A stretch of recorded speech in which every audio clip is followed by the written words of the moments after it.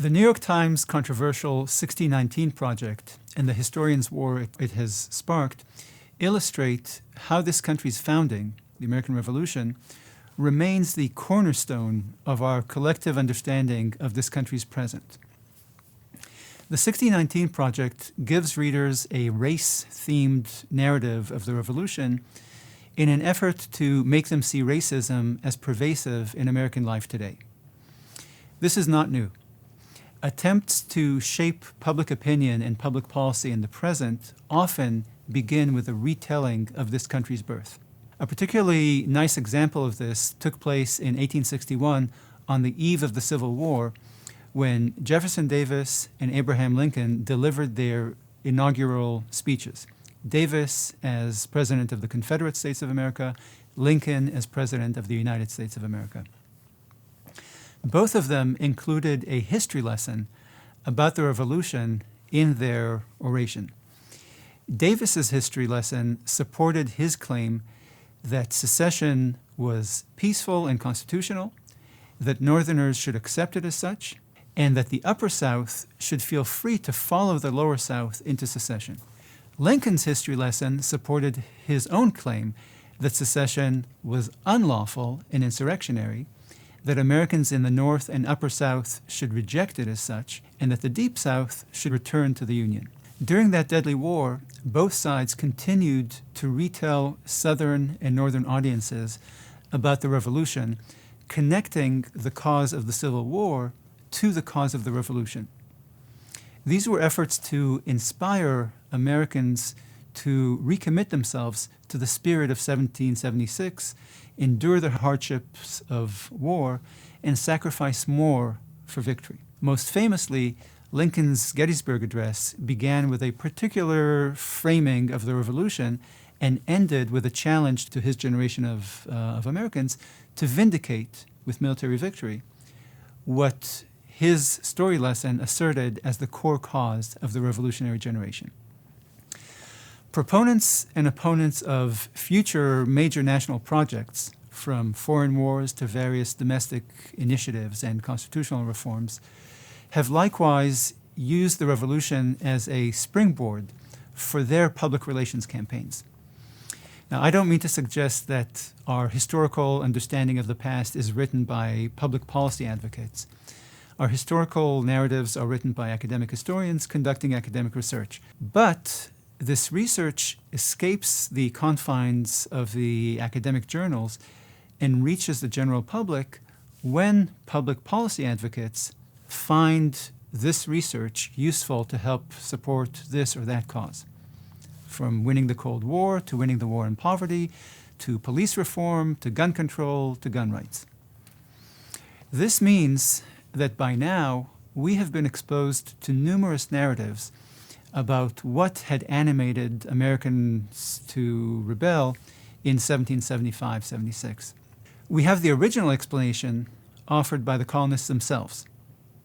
They said that they rebelled because a lawless imperial government violated their ancient English liberties.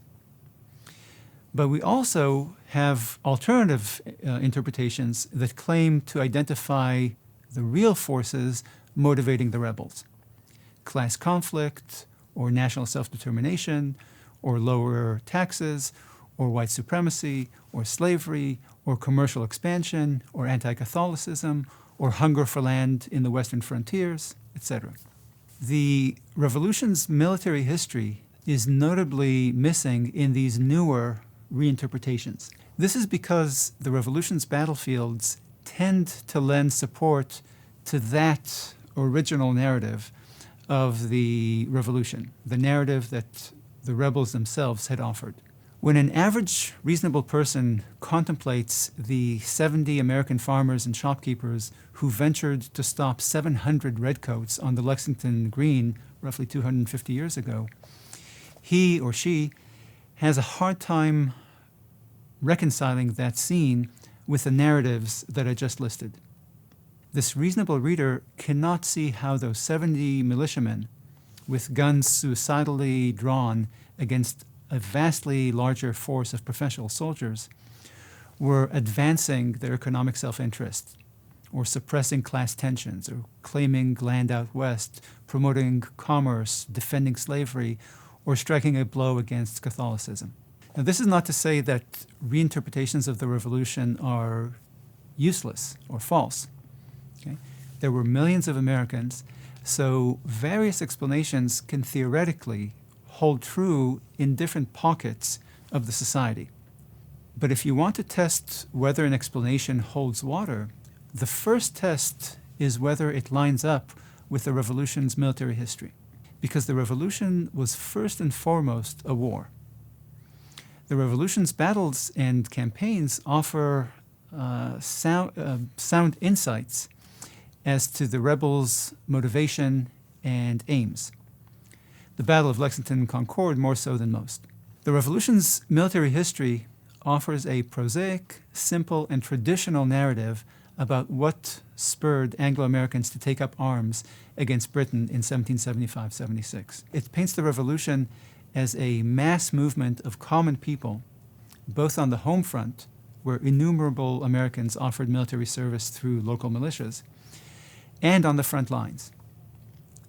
Colonists believed that their benign imperial government had suddenly turned against them, becoming lawless and curtailing long-standing English practices of self-government in American courts, towns, and legislatures. And lawless governments are genuinely scary in the 18th century as in the 21st century. And Americans' alarm was plainly on display in countless public addresses and private letters, pamphlets and editorials, petitions and remonstrances, street demonstrations, and in election returns. When they were punished for this resistance, they left their homes and their daily lives to fight against their government. Many of them, of course, never to return. The revolution's military history can shed light on the revolution itself, on what the revolutionists wanted, how they understood their actions, etc. But it also sheds light on the country moving forward. For example, you see this when you look at how Americans have changed their perception of the fighting forces. The American War of Independence broke out on April 19, 1775, when those 70 militiamen confronted 700 troops on the Lexington Green in Massachusetts. 6 years later, the fighting ended with the surrender of a British army to George Washington's Continental soldiers in Yorktown, Virginia. The contrast between these two types of American troops, the citizen soldiers of the militias and the professional and uniformed soldiers of the Continental Army, was a meaningful one to Americans during the war years, and it has remained meaningful ever since. During the war, local governments gave priority to their own militias over the Continental Congress's army with regard to provisioning. Civilians, likewise, were more supportive of the militia with provisions and hospitality because militiamen were locals, whereas Continentals were strangers from distant states. Moreover, the militia provided various services for local communities which Continentals did not, from regional and town defense to suppressing loyalist opposition. The militia was connected to local communities, which explains why civilians were much more likely to perform their military service in the militia, which they did in vast numbers, than in the Continental Army.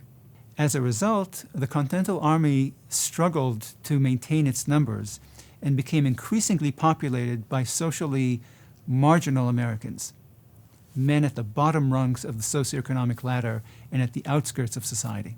The militias were a more representative cross-section of the male citizenry.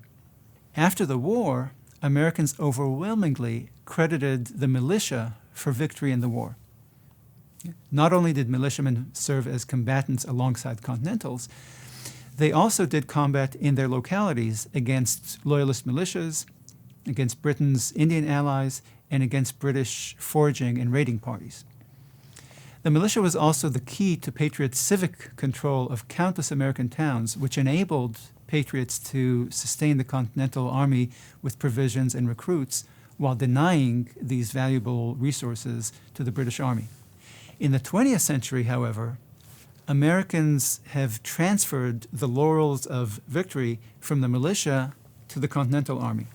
Thus, when historians and others now consider the Revolutionary War, they focus almost exclusively on the Continental Army's operations and are generally dismissive of the militias. You can see this in both academic and popular histories, as well as in museum exhibits and documentaries and literature and film. But this question, whether it was the militia or the army that won the war, has never been purely academic. Rather, this historical question has reflected a running debate Americans have conducted about how to run this country. The militia and the army are emblems of two adversarial administrative systems, the state governments and the national government. These two systems that have competed with one another over jurisdiction and authority since the birth of the Republic. The history of this country has been an ongoing and fierce contest over the proper roles and powers of the federal government and the state governments. So when you look at the competing narratives about who won the war, the Continental Army or the revolutionary militias, what you find is that Americans' view of the Revolutionary War has simply reflected the kind of country they lived in at the time. When Americans lived in a states' rights republic in the late 18th and 19th centuries, they largely judged the state militias favorably as the foundation of American victory and independence. But the United States has since transformed in the 20th century into a more centralized nation-state in which states' rights have receded in the face of federal power. And as the country has changed in this way, so has its understanding of the National Army's role in winning its War of Independence. During the 20th century, Americans have determined that the Continental Army had won the war, not the militias. So you can see in these two examples, first, how we use revolutionary history to shape our society's priorities in the present, but also how we use our society's priorities in the present to reshape our narrative of the revolution.